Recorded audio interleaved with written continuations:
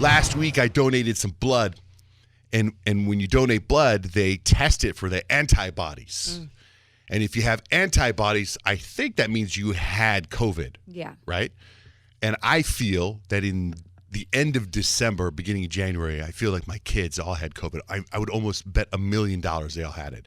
And I remember I felt sick because I haven't had taste or smell, right, since then. And I remember being really this weird sick feeling. And I remember texting my doctor during vacation, Christmas break, saying, man, dude, I don't know what's wrong with me. I've never been this sick before.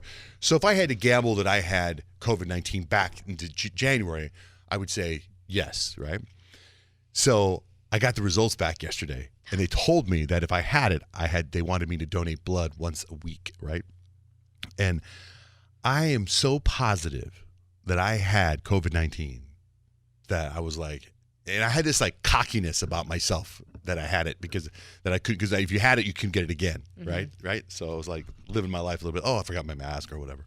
Turns out I don't have them. No. Oh. So you were just sick in December then? I guess so. With something, but the not the flu or whatever. But I don't have it. It freaked me out not knowing that I didn't have it. Yeah. Reality check a little bit. Yeah, like I was walking a tightrope without a net and I didn't know it or whatever. Yes. You know.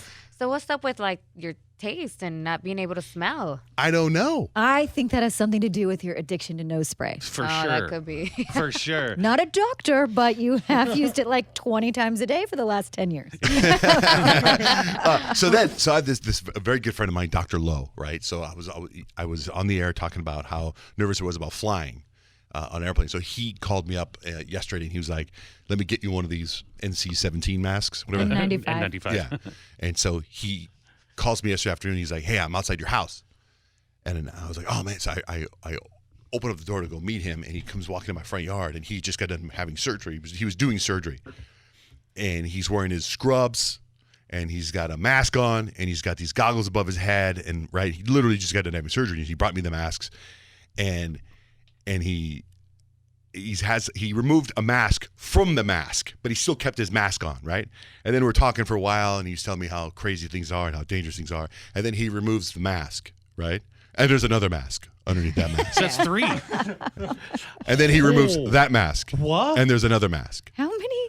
Yeah, and then he wears a shield over his face when he's in there. like the visor. He says it's crazy. Then when he gets home, he takes off all his clothes in the garage. He like showers outside, and then he goes inside the house because he's got like 9 little kids. Yeah, that's probably the best thing if you're working all around that.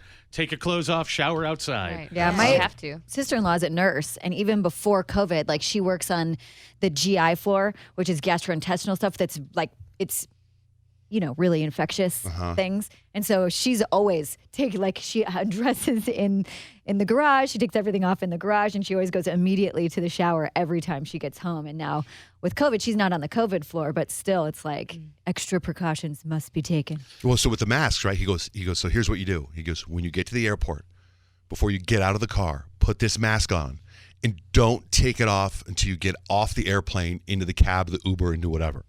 You just don't take it off. And I start panicking, like what happens when I got to go through security and they're like, we need to see your face. We need my doctor told me not to take it off. Like I want a note from my doctor, so I can tell the security, my doctor told me not to take off my mask. Like he was really don't take it off, right? Yeah. Like I don't know if he's a doctor. He knows things. Yeah. You know what I mean? That's like he's one of the best terrifying. doctors. Especially him. Yeah, If he's like, he's paranoid about stuff, then you're like, oh, okay. Does that make you not want to fly? I don't want to fly at all. But you have to. But even when there isn't a pandemic, I don't want to go anywhere. So I got to tell you. So now I can't smell, right? But what's weird about my not smelling is there are certain things that can bust through my lack of smelling, like cigarette smoke. I can smell cigarette smoke.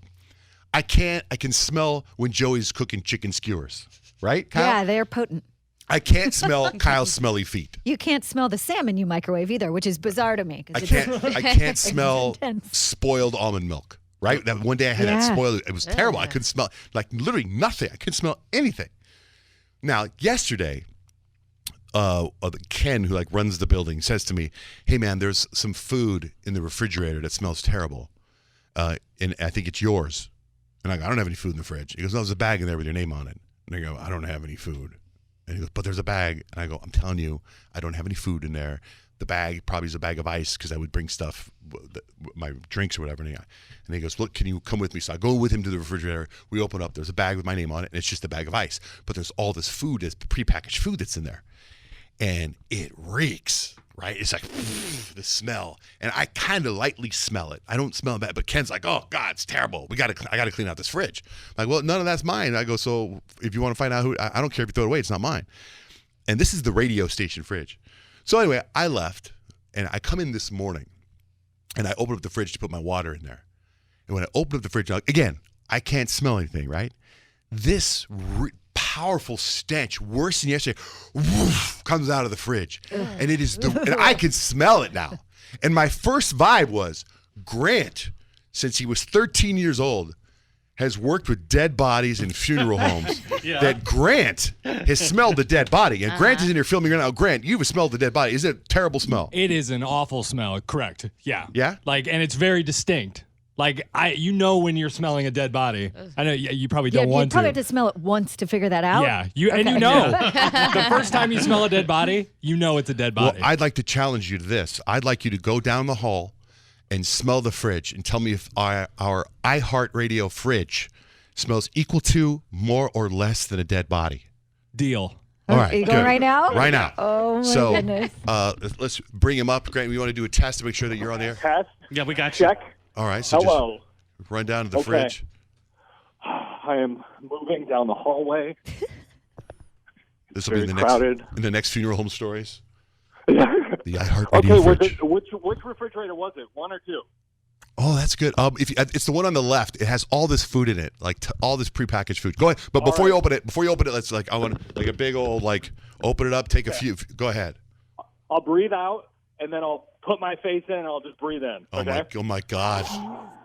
Go ahead.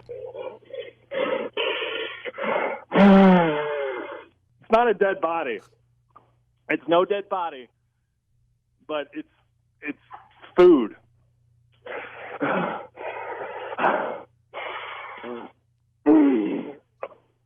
Oh, this isn't your food? Is it bad? You think? Oh, he's back. Whoa. It wasn't dead body. But close to dead body? It was like loads of dead salmon, loads of dead roast beef smell. But like on let's say. Oh, on a Suzette! scale Suzette of was 1 in there to filming 10. it. Suzette was in there filming it. What'd you think? I can't stop gagging. It's terrible, huh? Terrible. But like scale I'm of 1 to crying. 10, you say 10 is the dead body, terrible smell. Where does that smell lie? It's a slightly different scale, but I'd say probably 6, 7. Okay, so you smelled the dead body. Look at Suzette's puking. Is that terrible? Her eyes are watering. I wasn't even that close to it, and I can't stop gagging. That's the worst. Oh, Ew. And you barely smelled it. it's like lingering in my nose. I can't imagine how powerful it must be because I can't smell. That's how bad it is. Yeah. Like I can't smell, and it went in my nose and made me go, what the hell is that? It's gross. Come on, iHeart. Oh my god. We can't work under these conditions. So nasty. I'm not even walking in that direction today. I'm It's staying so far bad. away. It's so bad.